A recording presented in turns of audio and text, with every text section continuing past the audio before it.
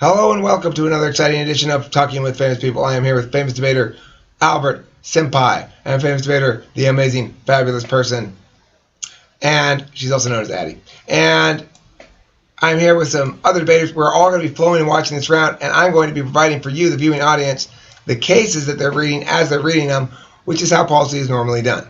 If you are not me or Addie or Edmund right now, please mute your mic. I'm not sure where that background noise is coming from. All right.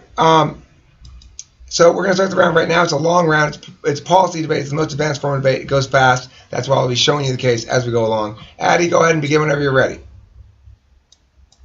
Okay.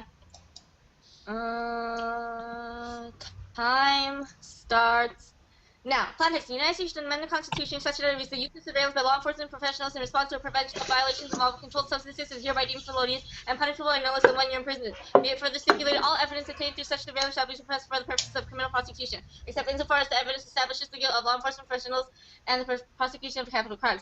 Advantage points: the war on drugs. Current domestic counter-narcotic strategies are ineffective and lead to social instability and a crackdown on personal liberties. Should be rejected on face value. 12. It is a watershed moment for our nation to end policies that have unfairly kept people from entering. The war on drugs is one such policy. It has become the longest-standing war in American history while being waged against our own people. About economic policy to bring about this progress, the war on drugs is an impediment to realizing that vision. We are giving them a shakedown. Punitive enforcement have devastated individuals without actually addressing or rectifying the real damage drug addiction can have. The war on drugs continues to preclude mass use of people from upward mobility, keeping them locked in legal limbo. Economic stagnation and state-sponsored social instability. A drug arrest can mean the removal of their children. But when multiplied by the thousands, the consequences become increasingly clear and increasingly dire. A cycle of individual, family, and community destabilization with permanent scarring. The war on drugs costs too much, impinges on our personal liberties, and prevents people from fully contributing to the economy. Federal, state, and local policymakers all have responsibility and role to end this so-called war on drugs and to allow our fellow residents to live in dignity of equal opportunity for real middle-class advancement. Scenario 1 is prisons. Harsh sentencing laws render those who commit minor crimes dangerous felons who are now barred from mainstream society and relegated to second-class status. Alexander 10. Once a person is labeled a felon, he or she is ushered into a universe in which stigma and exclusion are perfectly legal, and the privileges of citizenship, such as voting, are off limits. Second-class citizenship begins the moment you are branded a felon. As of 2008, there are approximately 2.3 million people in prisons and jails, and 5.1 million people under probation or parole. Merely reducing prison terms does not have a major impact. It is a badge of inferiority that relegates people for their entire lives to second-class status. Barred from public housing by law, discriminated by landlords, ineligible for food stamps, forced to check the box indicating a felony conviction on employment applications, and denied licenses for professions. People whose only crime is possession of a small amount of drugs find themselves locked out of the mainstream society and economy permanently. Prisons dehumanize inmates by seizing their privacy, stripping them of their personhood, and reducing all inmates to a disposable number. McWave 15. Prisons are places of intense brutality, violence, and dehumanization. The fundamental structure of prison degrades the inmate's basic humanity and sense of self-worth. Caged and stripped of their freedom, the prisoner is forced to submit to an existence without the basic capacities that define personhood. Movement is tightly controlled, and by orders backed with the threat of force. Their body is subject to invasive cavity searches. Their routines are minutely managed. He or she is reduced to an identifying number, deprived of their individuality. Scenario 2 is border surveillance. Border surveillance of drug trafficking is a domestic policy which creates instability and economic decline in Mexico. Chase 12. One of the more serious problems is the negative effect of the Mexican economy. Violence along the border creates instability, which has a direct economic impact in Mexico through the cost of trying to fight DTOs. There's also potential industry and jobs and direct investment. The war against drugs has cost Mexico $120 billion. DTOs are also using violence against Mexican industry. Investments have been put on hold, and prior to investing in Mexico, many companies are looking harder and harder at their exposure to risk. Mexican economic decline leads to mass immigration and terrorism due to the resulting refugee crisis. Brown, Undersecretary for the DHS 09. Internal conflict turns out over the next several years will have a major impact on the stability of the Mexican state. Any dissent by Mexico into chaos would demand an American response based on the implication for homeland security alone. The United States could face a flood of refugees from Mexico if it were to collapse, overwhelming state and local governments along the U.S.-Mexico border. The cost would be overwhelming. Sleeper cells from numerous terrorist groups could, and probably already have, infiltrated the United States, just laying in wait to attack at an appropriately vulnerable time. That causes extinction top-level impact ISIL 10. Some sort of terrorist attack could precipitate a chain of events leading to a massive exchange of nuclear weapons between two or more of the states, raising the risk of the catalytic nuclear war between the superpowers started by third parties. If the act of nuclear terrorism occurred against the backdrop of existing tension with Russia and or China, would officials and political leaders not be tempted to assume the worst? Washington's early response might also raise the possibility of an unwanted confrontation. Advantage 2 is the protection of rights. Mass surveillance violates privacy rights and international law. Rule 114. The UN General Assembly condemns mass surveillance as a clear violation of privacy rights guaranteed by multiple treaties and conventions. The use of mass surveillance technology does away with the right to privacy. Mass surveillance is incompatible with existing concepts of privacy for states to collect all communications or metadata all the time indiscriminately.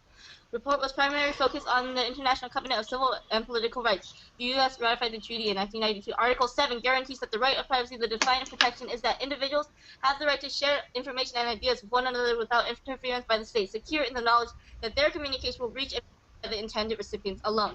Efforts show that the emerging technology stores more data than ever before, allowing the state to amass more weapons of authoritarianism. 15.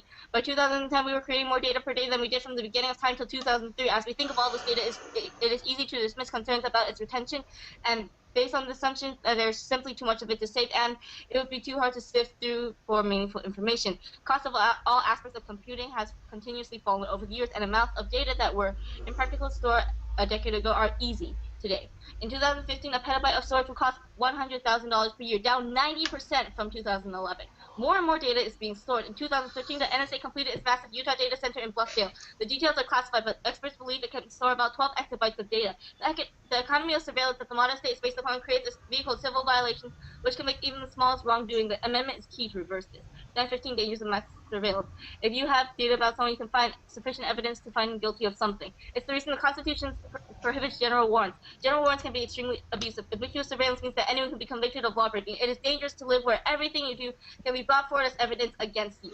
There's danger in allowing the police to dig into data sets and find evidence of wrongdoing, especially in a country in the U.S. with so many vague laws.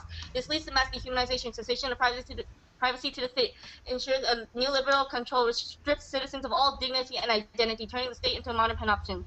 15. Privacy is an inherent human right and a requirement for maintaining the human condition with dignity and respect. It is about choice and having the power to control how you present yourself to the world.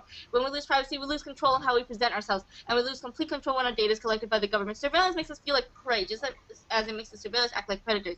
The fact of constant surveillance, or just the perception of constant surveillance, show that we are less healthy. We have feelings of low self-esteem, depression, and anxiety. Surveillance strips us of dignity. It threatens our very selves as individuals. It's a dehumanizing tactic employed in prisons and detention camps around the world. Passage of an amendment is preferable, reflects public opinion, and is key to meaningful change. Standing 03. Prior to the adoption of the amendment, Lincoln had already widened the purpose of the Civil War to include a new birth of freedom, and slavery had been declared illegal in states that continued in rebellion. One could argue that the abolition of slavery was almost inevitable, with or without the 13th Amendment. However, Michael Warrenberg argues that this amendment, and not the Emancipation Proclamation or Lincoln's Gettysburg Address, was viewed as the transforming act. Prior to adoption, a number of abolitionists had argued that the Constitution was a covenant with death, deserving of public burnings. Formalizing the abolition of slavery through the amending process allowed Americans to conceive of the Constitution as a document that could be altered without being sacrificed. Thank you, and I urge you to vote for the affirmation. Okay, you had 45 seconds left. How many? 45. Hey, listen, guys. I changed it in the copy, but you need to change it on your copy. It says cessation. You mean session. Session of that to the federal government. It's in. It's after mass dehumanization. So change that word.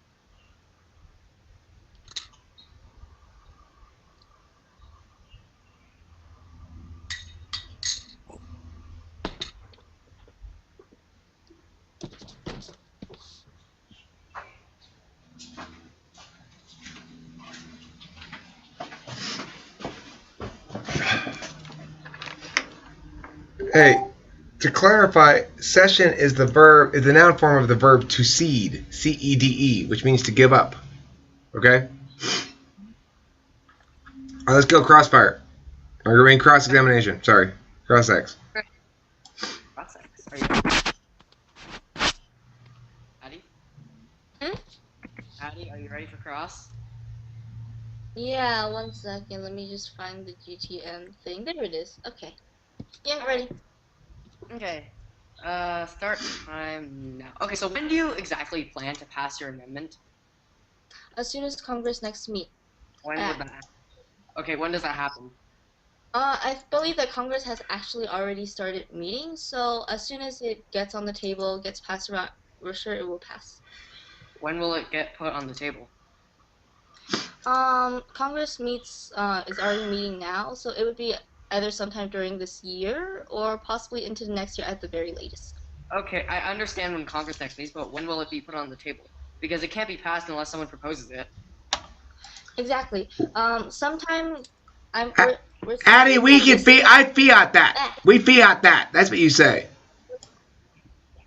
Okay. You can't fiat that? Because okay, I'm gonna pause time. Because in order to fiat something, you need to establish that there's at least like a probable cause.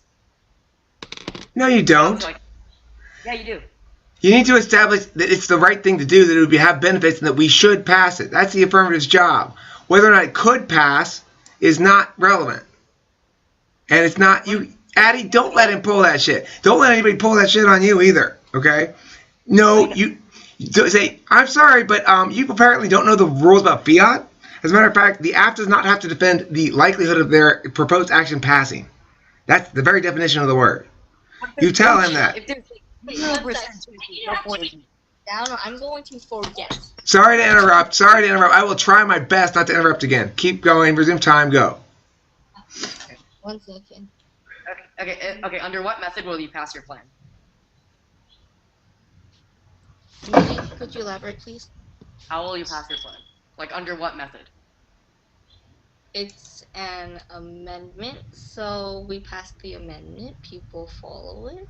There are two possible ways to pass an amendment. Two possible ways: supermajority or Yes. state governors. Okay. Whatever. Okay, so how exactly do you plan to solve for the terrorists that you propose?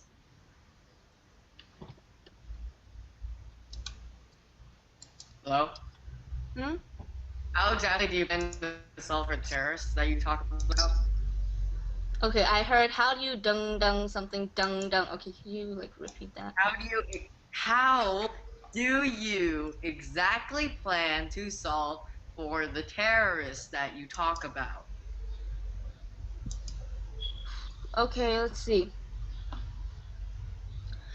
In our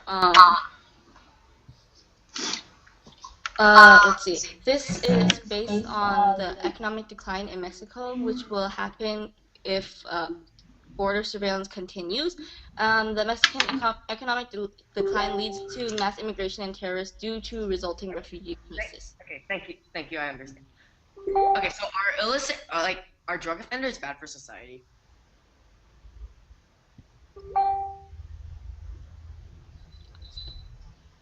Drug offenders meaning people who abuse their drugs or just people who use them? Drug offenders. Are drug offenders bad for society? Framing them as offenders is. That's the answer. Say it to him. Framing them as offenders is bad for society. Yeah. Say it. I mean, say those words. Say them. Speak them. it's bad for society. Okay, but can you answer my question though? Mm-hmm. No. The answer is no.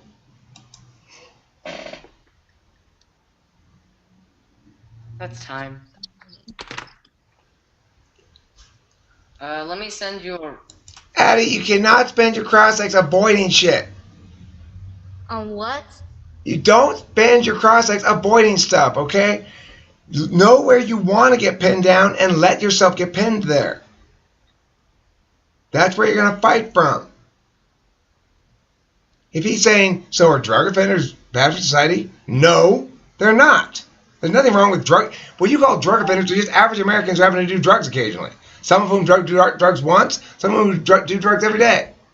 Are they bad for society? It depends on the individual person.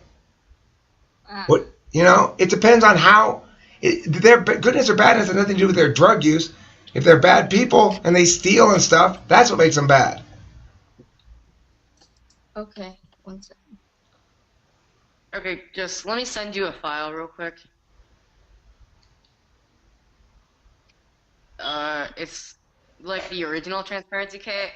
I slightly tweaked it, and I'm only gonna read up to the part which is like, give me a second.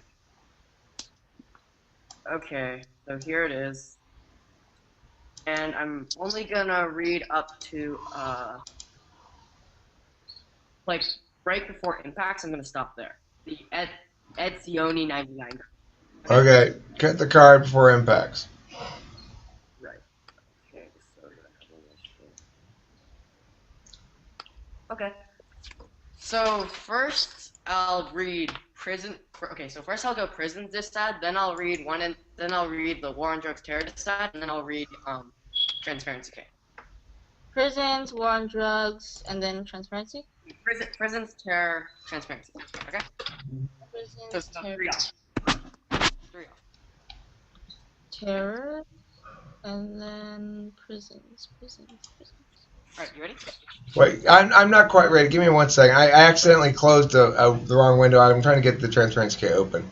I downloaded it. I just need to get it open. I know, Is right? everything you're reading in the okay? Okay. All right. Is everything Transparent? you're reading in the trans okay? He's gonna read. He's gonna cut the card, which means he's gonna stop reading right before it impacts. Okay. Yeah. All right. Go ahead, Edmund.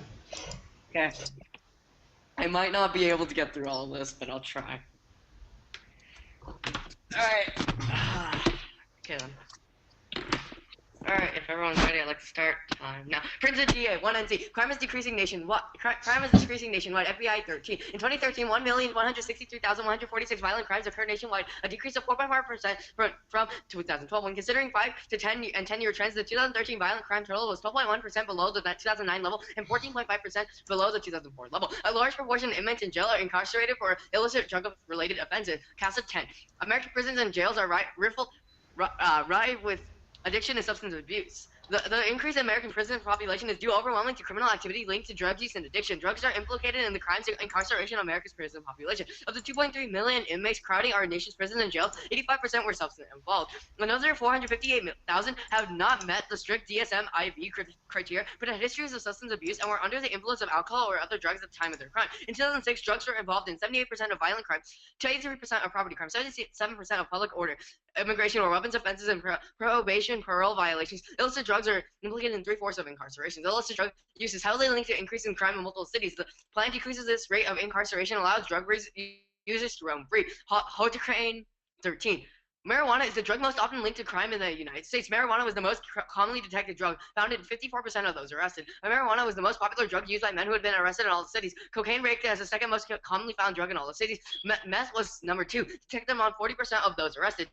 Much of the crime in the United States. U.S. drug policy should be approached from a public health standpoint, not merely as a criminal justice issue. The fear caused by crime results in the further subjugation of ethnic minorities would worsen civil rights. More, when crimes occur, wounds can be seen, touched, and counted. There are concrete signs of criminal victimization behind the concrete losses. It is a different problem than that of fear. Fear is often the largest, most enduring legacy of their victimization. Fear becomes a contagious agent, spreading through the injuriousness of criminal victimization. The harassment of the black family makes other minorities reluctant to claim their rights. In these ways, fear extends the damage of criminal victimizations. An increase of crime will drive an already impoverished community further into poverty. Changes life forever. Law Library 04. Crime is a major part of every society. It causes and effects touch about everyone. Of course, the ultimate cost is loss of life. Other costs to victims can include medical costs, property losses, and loss of income. Considerable money is spent to avoid being victimized. Expenses can include a victim or person fearful of crime, moving to a new neighborhood, funeral expenses, legal fees, and loss of school days. Behavior can forever be changed and shaped by crime, whether it be weighing the risk of going to certain places or even the fear of making new friends. Uniqueness. Crime is decreasing nation. Actually, no, I'm sorry. Cut the stuff there. Now moving on to the 1NC war on drugs terror decide. Mexican drug cartels provide most of the United States drugs and are violent, need to be controlled. Bender, Woody, and Macias, 2016. Virtually the entire U.S. illicit drug market is controlled by 7 Mexican cartels, trafficking heroin, meth, cocaine, and marijuana. These organizations will continue to dominate throughout the U.S. according to DEA. The Sinaloa cartel is generally regarded as the most powerful, wealthiest cartel in Mexico and in the world. In 2012, the Chicago Crime Commission named Guzman as Chicago's public enemy #1 due to the Sinaloa's cartel's dominant role in supplying large quantities of drugs to the city and the region around it. Guzman's organization shipped 80% of the heroin, cocaine, marijuana, and meth, most of which flowed through the Chicago region each year. The supply with a value of $3 billion. The Jalisco New Generation Cartel is one of the fastest growing and most powerful cartels in Mexico. The group now rivals the Sinaloa cartels in terms of trafficking operations in parts of Asia, Europe, and Oceania. It is spreading like a cancer in Mexico. The CJNG leader is the top crime boss right now in Mexico. El Mencho began violently seizing other gangsters and was able to expand rapidly in western Mexico's Michoacan state. CING has the capability to build its own guns. During a raid in 2015, investigators found evidence that CJNG members are making their own AR-15 assault rifles with highly sophisticated machinery. CJNG maintains a close alliance with Las Cuenas, another Mexican cartel, and the two organizations have rapidly expanded their criminal empire in recent years through the use of violence and corruption. The Gulf Cartel controls the smuggling corridor along the U.S.-Mexico border into Texas. The area control allows the Gulf to dominate the trade throughout southern and eastern Texas portions of the U.S. Gulf coast.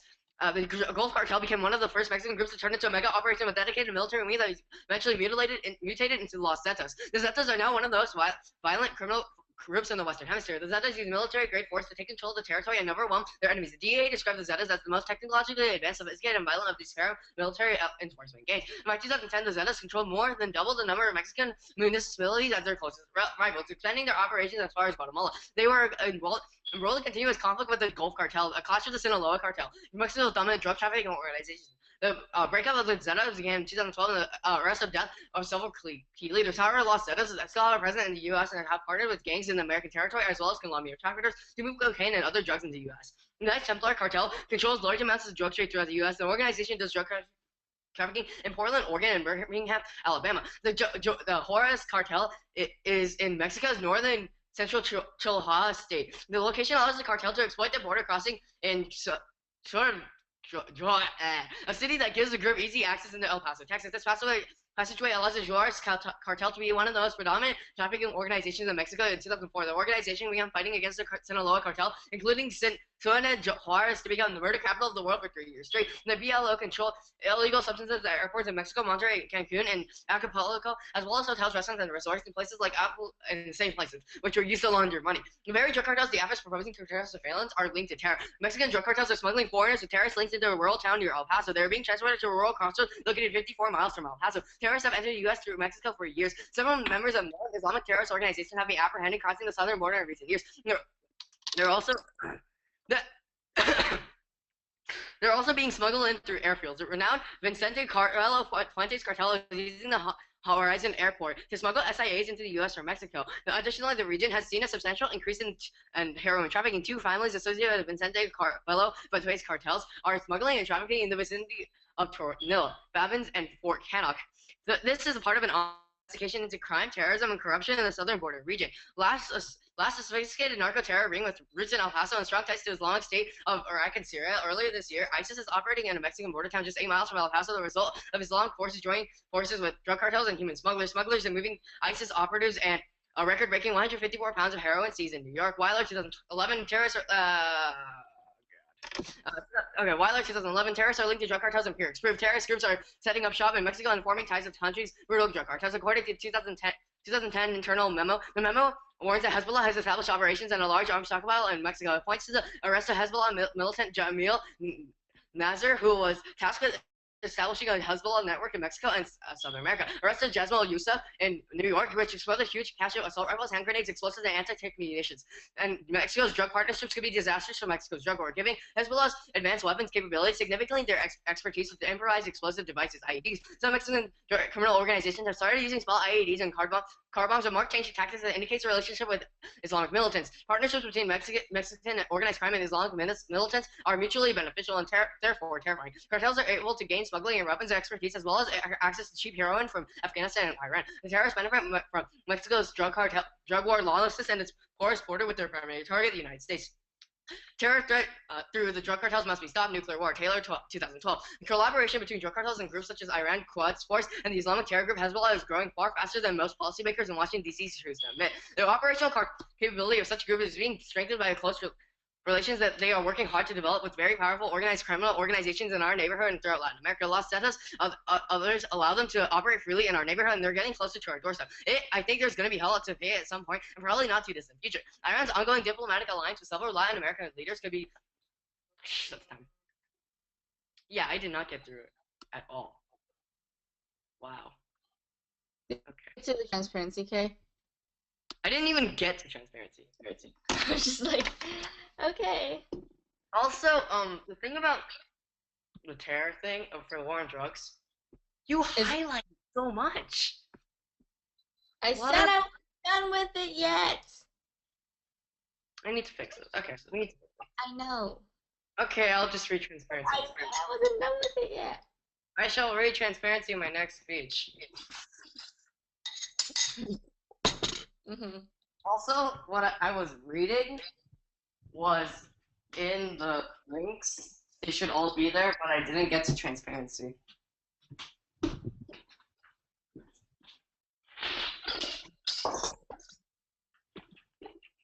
Are you ready for cross?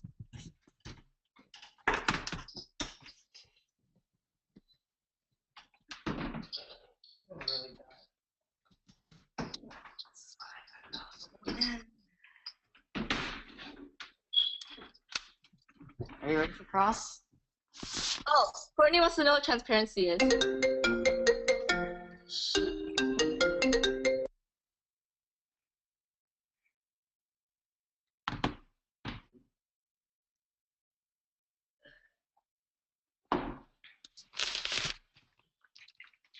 So, do you want cross or not? Hold on. Hey, can you hear me? Yeah. Okay. Listen, I want you to read the transparency part now. Read the transparency part now, okay? Courtney, the transparency thing is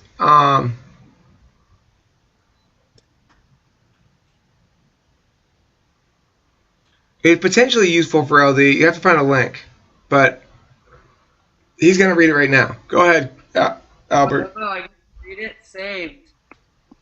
What? Saved. Saved? What's saved? Unsaved. Okay. Again, I'm reading up to impacts. Okay, fine. It's the link right there. It's this one, transparency K. I'll put it up if you want. Does everybody have it?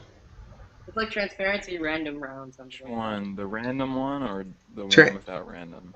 The one with random. Okay, I got it up. Oh, it says random on it? There's a random round one, then there's I one. have exactly 3 minutes to do cross. I have to leave in like 5 minutes, and my dad says I have to quote unquote get ready. I have a meeting at 6. My brother has fencing.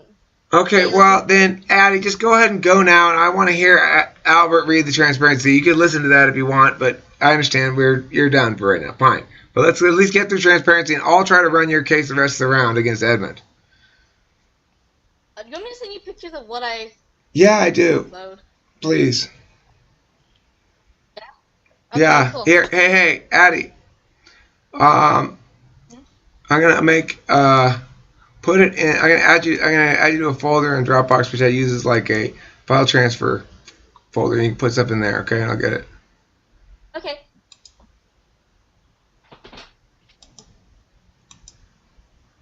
Or should I read it now? No, you wait a second until I give it to Addie. Hey, Zach, I'm gonna put her in the Zico Labs folder for right now, so she can dump her stuff in there for us, okay? And Courtney, I'll add you to that folder for the moment too, because that way you'll be able to get them if you need them. Let's see. Add to the folder. Share folder options. Addie.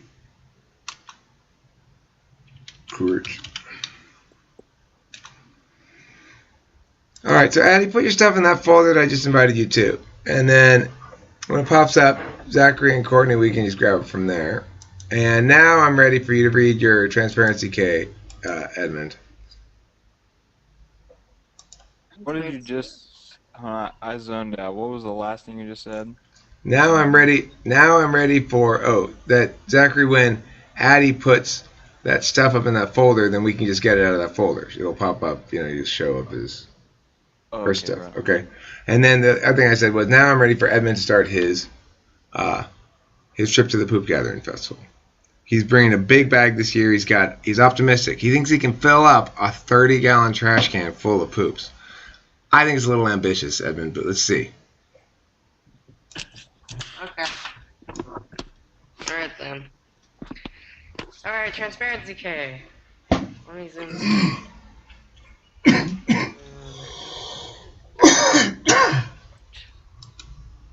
Transparency K. 1 NC Shell. The affirmative approach to privacy and structure outdated consumption of rights have empirically led to failure. Only the creation of a society where privacy is limited and mutual reciprocity is required can break the endless cycle of privacy policy. Brand 98. We want to know as much as possible about people we see as threatening. Criticism is the best antidote to error. Most people, especially the mighty, try to avoid it.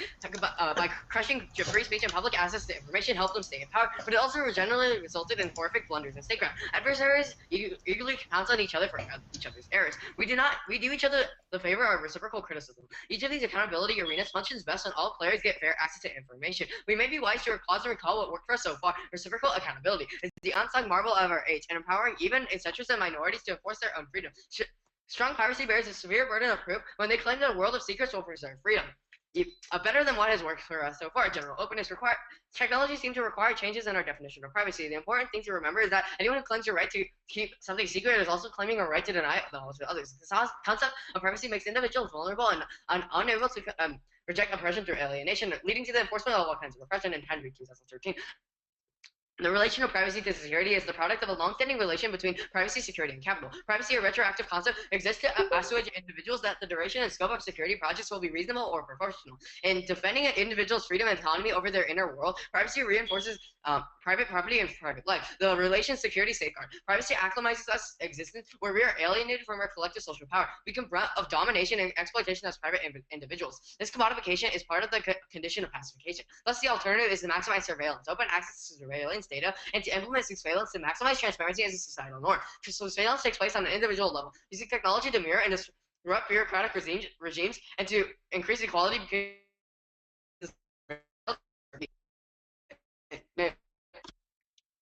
Man 2003. One way to challenge surveillance and ask credence to it is to restitute these technologies to control on individuals, offering panoptic technologies to help them observe those in authority. Surveillance is a form of reflectionism, a term invented by man, for a philosophy and procedures of using technology to mirror and confront bureaucratic organizations. Reflectionism is especially related to the detorment, the tactic of appropriating tools of social controllers and reinstituting these tools in a disorientating manner. Counter-surveil the collected information. Reflectionism contends that such regulation is as much pacifier as solution because in a regulatory regime. A recent regulatory proposal from the American Civil Liberties Association suggests surveillance cameras must be subject to force of law rules covering important details like when they will be used, how long images will be stored, and when and with who they will be shared. But for example, although many large stores do not want photographs taken on their premises, we have never seen a sign prohibiting such photography. Surveillance is inevitable, and only reciprocity can solve for modern consumption of privacy. Brand 99. The ability is now present to monitor every facet of every person's life. Brent fears an attempt to mandate privacy through legislation. The genie of surveillance technology cannot be stuffed back into the bottle. Technology is inexorably moving towards a state where there is far more technical and economic power centered on promoting this ability to see other people and the ability not to not be seen. Everybody should have that access. The powerful will always have privacy and basic technologies. If secrecy is the norm, there will be no alternative source of power to control the illicit use of surveillance by the powerful. If transparency is the norm, the powerful will not be able to hide their own secrets. Appeals to the notion of reciprocity. Privacy is an apparent notion, an artifact of the current state of technological/social development, and has never before been used to ensure freedom. Power can be controlled and new ideas can be examined. Links. Security. Security uses privacy to pacify capitalist society in order to push it in their own regards. This ensures more conflict and war, not less. Henry 2013. Security is hegemony. It is the hegemony of security that has promoted the turn to pacification both as a country historical formation of rule and as an analytical concept. Some relations that appear like sites of possible resistance as privacy is, in fact, form capillary points of the economy of relations behind security. Security presupposes privacy, decides its scope of power, and the facets of social life to which it appeals. It is by making appeals to privacy that drones in the United States have made the transition from battlefield technology to component of domestic security apparatus. Drones perhaps will only be flown at certain times, yet it is the security apparatus itself, not privacy, that will determine how these limits operate. In a society that approaches security through the right to privacy, the proliferation of the conduct of war abroad and at home, the organization of human potential to dehumanizing economic mode of production will continue in space. Individualism, privacy stems up individual interests. The Q13, privacy is almost always justified for the individual interests it protects. Personal information spaces, choices, protection of freedom and autonomy in a liberal society. Most recent literature has focused on the value of privacy not merely for the individual interests it protects, but also for irreducibly reduced social value. While the individual may value privacy over concerns for public safety, it is the level of embeddedness that the government has ingrained in our minds that keeps it from being challenged. Only subversion of this idea can create change. At Sony 99, tendency to allow privacy considerations to take precedence over public safety is not accidental. It reflects conceptions embedded in our civic culture, policies, and jurisprudence. We view individual rights as moral claims with inalienable rights. We conceive of these as truths rather than fashioned for a given time that are open to amendment as the conditions state. It has an embodied good and privileging it over the common good, as well suited to socio-historical conditions that prevail from the formulation of privacy as a legal concept in roughly 1960. However, in the wake of the rise of radical individualism, a new conception of privacy is called for. That does not privilege privacy over the common good, but to balance concerns. Thank you. Honestly, I can't spread. I need to learn.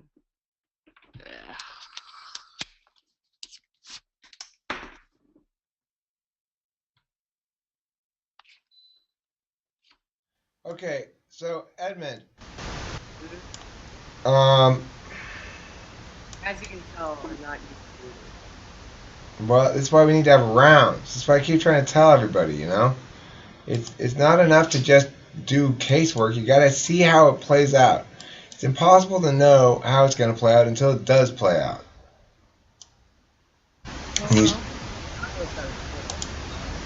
What's that? Yeah, okay, cool. I think I've changed my mind. Let's not finish this round with me. I'm going to do a terrible job of it. I'm not ready to go at all, and I would just have to try to do analytics on everything, and then trying to follow Addie's flow is going to be a pain in the ass. So,